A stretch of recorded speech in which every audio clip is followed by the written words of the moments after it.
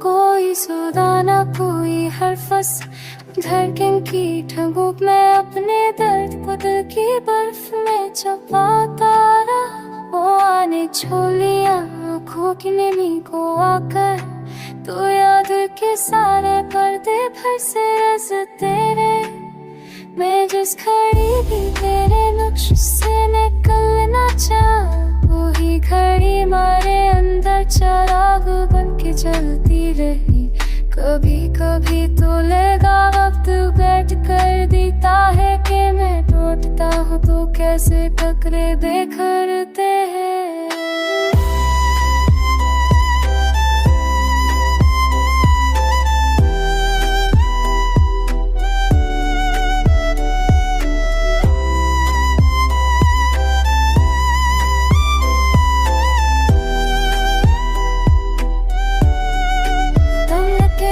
रास्ता मसल से चलता रहा कि जैसे फासले अपने ही अंदर बसता रहे।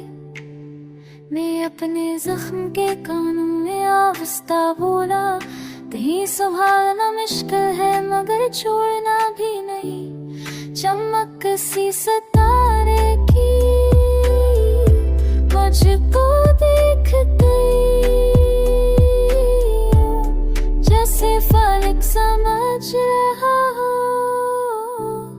मेरा गमशुदा रास्ता। कोई दया थी जो लबूते का कर कान गई, ने आसमां से लिपट कर तता कर गई।